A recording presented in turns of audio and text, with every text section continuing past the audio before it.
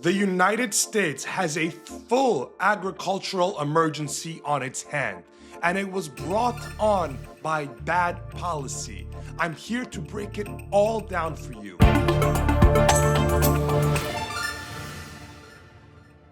Hey everybody, I'm Spencer Hakimian and welcome back to yet another episode of What's Moving Your Money on Forbes. On today's episode, we're going to break down exactly what happened to cause this mess in our agriculture industry, how bad this is for our soybean farmers, for our corn farmers, for our wheat farmers, for our cattle ranchers, so on and so forth, and what steps our government inevitably has to take here to fix this problem, because frankly, this is not sustainable and it's becoming an economic and political disaster. So stay right ahead. So to break this all down, I want to go back to 2018 for a minute, because I want to highlight that what is happening right now is not new. China has done this to the United States already. And when I say China has done this, they didn't start this. They were the reactionary party in this instance. The United States went out and put aggressive tariffs on China in 2018 and also in 2025. And China immediately, in both instances, boycotted buying agricultural products from the United States. It was not as severe in 2018, but in 2025, they put their foot on the gas and they put their pedal to the metal because they want to punish Americans. And they realize one of the easiest ways to exact extreme pain on the United States is by targeting the farmers. Not only does this harm the farming industry, but it also causes a lot of political discontent here in the United States. The farmers, think about where farming happens in the United States. Indiana, Wisconsin, Michigan, Iowa, Pennsylvania. These are the most critical political states in the United States. The outsized political power in the US comes from these people. And they know, the Chinese know, that they can get a lot of concessions out of the United States if they target their pain precisely. If this pain was targeted hypothetically at California farmers, it would not be as impactful, because Trump does not need California farmers as much as he needs farmers in Wisconsin. These are the swing states that really tend to matter. So China is doing something very intelligent by targeting a specific demographic that they know is going to cause instant pain for the American government. Now, another agricultural disaster that we have on our hands is that beef prices in the United States are soaring. This does not have to do with the Chinese. This actually has to do with South America. The Brazilians and the Argentinians and the Uruguay nation, we have put such significant tariffs on these nations that their main exports to us, one of which is beef, has gone up so much in price. And what is happening now is that American cattle ranchers are not able to export their cattle to other parts of the world, which they used to do. And as a result, their inventory is left in the United States, and they are raising their prices as well because they're competing with that Brazilian, that Argentinian, all of that beef that is so much more expensive now than it was before. So they do not have an incentive to be price competitive. They've been given this license essentially to overcharge American consumers, and that's what's happening. That's why when you walk into a supermarket, ground beef prices are up 25% from a little bit ago. That's exactly what's happening.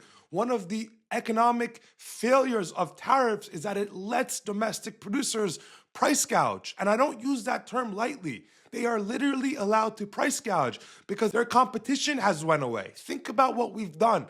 And who ends up paying for all of this? Us, American consumers, American households. The guy trying to feed his family that buys ground beef on the weekends. He is the person that pays for this. It's not foreigners. It's not the corporations. It's you and I. This is why tariffs historically don't work and why politicians don't like to use them. They are, first of all, economically incorrect, but they're so politically unpopular. It's a punishment on your own citizens. And it's a punishment that is not spread out evenly. Fortunately, I can afford a 25% increase in my ground beef. I'm blessed I can afford that. What about the family that's paycheck to paycheck, they really can't afford a 25% hike in the price of their food. They literally have to cut back on their consumption of food.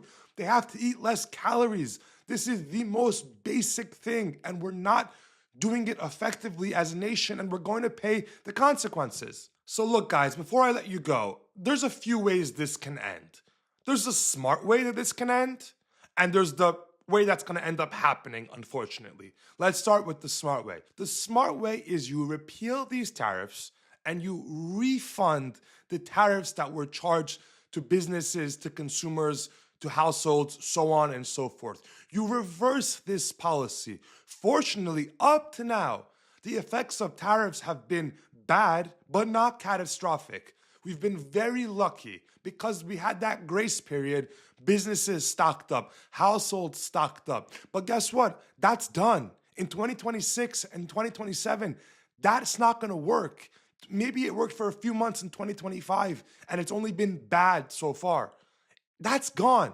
You're going to start paying the full price of everything soon enough. The other way that this ends is that Trump keeps the tariffs on because he genuinely believes in them. However incorrect he may be, he genuinely believes in them. And what ends up happening is he will give a dividend check from the tariffs to consumers. This will likely come before the 2026 midterms because they know that these are unpopular. They see the polling. They see this is Trump's weakest issue.